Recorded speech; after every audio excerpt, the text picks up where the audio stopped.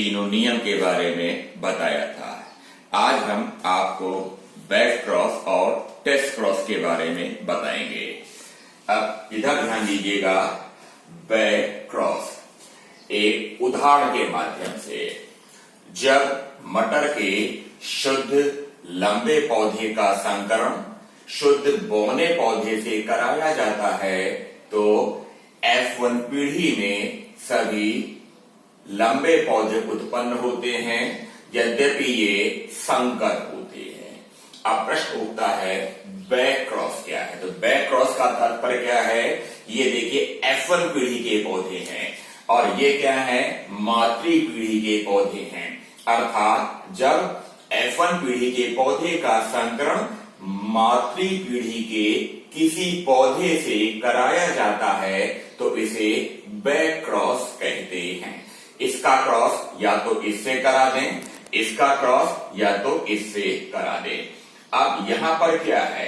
ये प्रभावी है, ये प्रभावी सयुग्मजी कहलाता है और ये क्या है?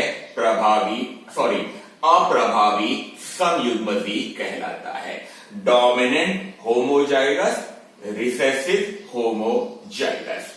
अब यहां पर देखिए, जब हम F1 पीढ़ी के पौधे का संकरण जो है डोमिनेंट होमोजाइगस पौधे से कराते हैं तो यहां पर देखिए क्या है? दो एलील बनते हैं, कैपिटल टी और स्मॉल टी। कैपिटल टी हो गया, स्मॉल टी हो गया और इसी प्रकार डोमिनेंट होमोजाइगस अर्थात प्रभावी समयुग्मजी है तो कैपिटल टी। इसका क्रॉस इससे कराते हैं तो सभी पौधे लंबे दिखाई देते हैं। इसका क्रॉस इससे कराते हैं, ये भी संकर लंबे दिखाई देते हैं।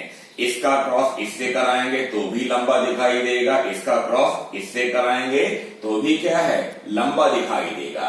तो आप कह क्या सकते हैं कि जब F1 पीढ़ी के पौधे का संकरण प्रभावी समयुग्मजी पौधे से कराते हैं तो सभी पौधे क्या हैं? लंबे दिखाई देते हैं। दूसरे शब्दों में कह सकते हैं कि बैक क्रॉस में जितने भी पौधे उत्पन्न हो रहे हैं सभी एक ही लक्षण वाले कहलाते हैं। इसी से रिलेटेड शब्द है टेस्ट क्रॉस। टेस्ट क्रॉस क्या है? ये भी बैक क्रॉस का ही एक मॉडिफाइड रूप है, क्योंकि पहले ही हमने आपको बताया कि F1 का संकरण या तो इससे करें, इसका संकरण इससे करें।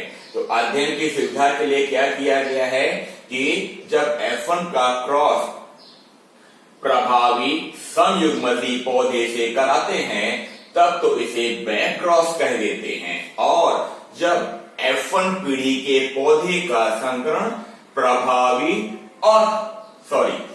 जब F1 पीढ़ी के पौधे का संकरण अप्रभावी समयुग्मजी पौधे से कराते हैं तब इसे क्या कह देते हैं? टेस्ट क्रॉस कहते हैं। अब यहां पर देखिए, यहां पर क्या हो गया? ये जो है यहां पर देखिए, ये क्या है? ये F1 है, ये क्या है? पेरेंट है, ठीक है? ये F1 है। तो F1 पीढ़ी में क्या हो गया? यहां पर कैपिटल टी और ये आ गया स्मॉल टी। नहीं बल्कि अप्रभावी समयुग्मजी है तो यहां पर क्या आ जाएगा? Small T. अब इसका क्रॉस इससे कराते हैं तो सभी पौधे लंबे दिखाई देते हैं। इसका क्रॉस इससे कराते हैं तो अब क्या है? दोनों स्मॉल टी हैं, अर्थात अप्रभावी दोनों लक्षण हैं, तो ये ड्वार्फ हो गया है। वैसे यहां पर स्मॉल टी है, कैपिटल टी है तो ये टॉल हो गया, ये स्मॉल टी है, ये स्मॉल टी है तो क्या हो गया? ड्वार्फ हो गया। तो आप कह सकते हैं दो पौधे लंबे, दो पौधे बौने, अर्थात इनका अनुपात 50:50 अर्थात 1:1 है। तो आप कह सकते हैं कि टेस्ट क्रॉस में जितने भी पौधे उत्पन्न होते हैं वो बराबर अनुपात में उत्पन्न होते हैं। बैक क्रॉस और टेस्ट क्रॉस की उपयोगिता क्या है कि यहां पर जो है पेरेंट के जीनोटाइप का पता लगाया जाता है। अर्थात जब F1 का क्रॉस प्रभावी मातृपीढ़ी अथवा अप्रभावी मातृपीढ़ी से कराया जाता है तो अगर सभी पौधे एक जैसे दिखाई देंगे तो क्या कह देंगे, तब इसे कह देंगे ये बैक क्रॉस है। और जब दो पौधे जो है बराबर बराबर अनुपात में उत्पन्न होते हैं तब इसे क्या कह देंगे, तब इसे टेस्ट क्रॉस कहते हैं। धन्यवाद।